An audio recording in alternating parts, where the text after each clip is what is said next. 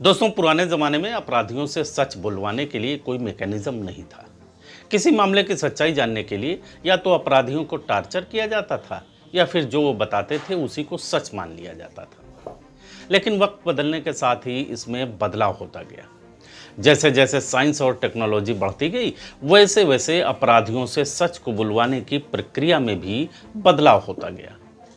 आज सच जानने के लिए पॉलीग्राफिक टेस्ट किया जाता है। दोस्तों, आखिर कैसे होता है पॉलीग्राफी टेस्ट और इसके लिए किस उपकरण का इस्तेमाल किया जाता है? दोस्तों, पॉलीग्राफी की शुरुआत कब से हुई और यह टेस्ट कितना कारगर होता है? तो चलिए दोस्तों, आज के इस खास वीडियो में हम आपको पॉलीग्राफी टेस्ट से जुड़े तमाम फैक्ट से रूबरू कराते हैं। दोस्तों नमस्कार, आदाब। आप देख रहे हैं हमारा खास एपिसोड फैक्ट से रूबरू।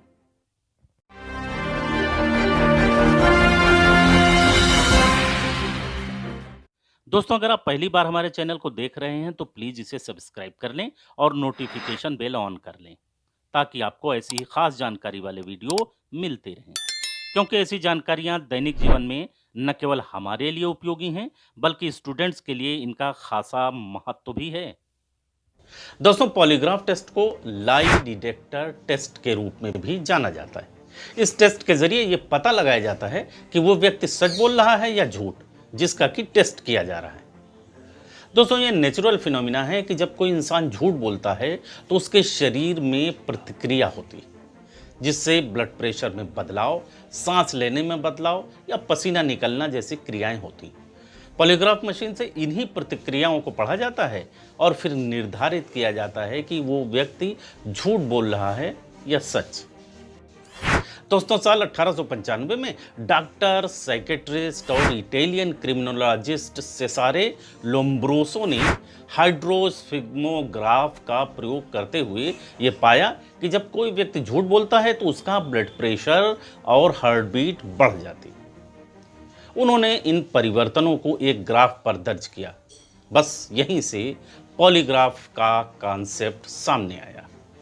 साल 1915 में इसमें और सुधार करते हुए एक अमेरिकी मनोवैज्ञानिक डॉक्टर विलियम मोल्टन मार्स्टन ने सिस्टोलिक ब्लड प्रेशर डेवलप किया।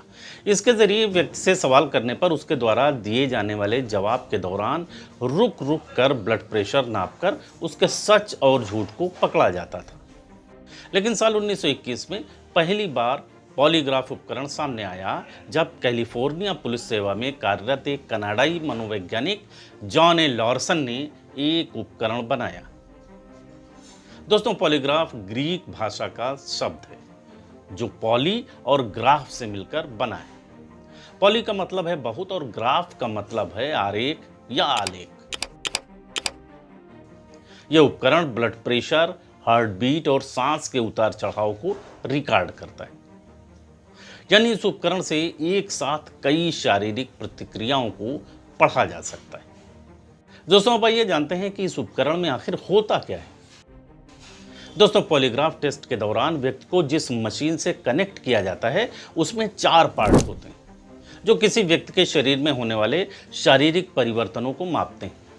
ये हैं न्यूमोग्राफ, गैल्वेनोग्राफ, कार्डियोस्फिग्मोग्राफ और डेटा अधिग्रहण सिस्टम। अब आइए जानते हैं कि न्यूमोग्राफ क्या है। दरअसल न्यूमोग्राफ के जरिए सांस लेने की कोशिश, ऑक्सीजन लेवल, नींद के दौरान फेफड़ों से हवा का प्रवाह और श्वसन दर रिकॉर्ड किया जाता है। इसे न्यूमोकार्डियोग्राम या पीसीजी भी कहा जाता है। इसमें तकरीबन 10-10 इंच की 2 घुमावदार ट्यूबें होती हैं। एक ट्यूब को व्यक्ति की चेस्ट के चारों ओर बांधा जाता है और दूसरी को व्यक्ति के पेट के चारों ओर रखा जाता है। जब व्यक्ति सांस लेता है तो ट्यूब से कुर्ती फैलती है। व्यक्ति की सांस लेने की दर में होने वाले बदलाव को पॉलीग्राफ पर रिकॉर्ड कर लिया जाता है। अब आइए जानते हैं गैल्वेनोग्राफ के बारे में। दरअसल गैल्वेनोग्राफ व्यक्ति के पसीने को नापता है। इसमें गैल्वेनोमीटर नामक इलेक्ट्रिक सेंसर होते हैं। इसको व्यक्ति के उंगलियों से जोड़ा जाता है। चूंकि उंगलियों में पसीने की कई ग्रंथियां होती हैं, इसीलिए इसे उंगलियों से जोड़ा जाता है। तीसरा पार्ट होता है कार्डियोस्फिग्मोग्राफ। यह व्यक्ति के ब्लड प्रेशर और हार्ट बीट को नापता है। इस इंस्ट्रूमेंट में एक रक्तचाप कफ, एक रबर पंप और एक स्फिग्मोमैनोमीटर होता है। जब रक्तचाप कफ व्यक्ति के दाहिने हाथ के चारों ओर लपेटा जाता है तो इसका रबर वाला हिस्सा बांह की धमनी के ऊपर रखा जाता है। व्यक्ति से सवाल पूछने के दौरान कफ फूला हुआ होता है। व्यक्ति की नसों में पहले ब्लड की आवाज़ कफ में मौजूद हवा द्वारा धौंकनी तक भेजी जाती है, जो इसे बढ़ाती है। साउंड की फ्रीक्वेंसी ब्लड प्रेशर के अनुरूप होती है, जबकि साउंड परिवर्तन की फ्रीक्वेंसी हार्ट बीट के अनुरूप होती है। दोस्तों, पॉलीग्राफ टेस्ट के दौरान जब व्यक्ति से प्रश्न पूछे जाते हैं तो उसके शरीर में होने वाली ब्लड प्रेशर, हार्ट बीट, श्वसन दर, पसीने की मात्रा जैसी कई शारीरिक प्रतिक्रियाएं मशीन के इन पार्ट्स में रिकॉर्ड हो जाती हैं। उसके बाद डेटा अधिग्रहण सिस्टम इस मशीन से डेटा कलेक्ट करता है और मैथमेटिकल एल्गोरिदम का उपयोग करके इसे विश्लेषण योग्य जानकारी में बदल दिया जाता है। परीक्षक पहले डिजिटल संकेतों के लिए एक मानक बनाने के लिए कुछ सरल प्रश्न पूछता है और फिर वास्तविक प्रश्नों पर आगे बढ़ता है।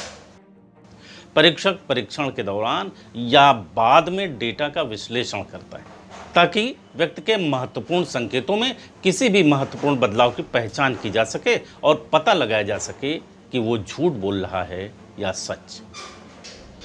तो दोस्तों, ये रही पॉलीग्राफ की कहानी। दोस्तों, आज के वीडियो में बस इतना ही। जानकारी अच्छी लगी हो तो इसे शेयर ज़रूर करें ताकि दूसरे लोगों को भी इसका लाभ मिल सके।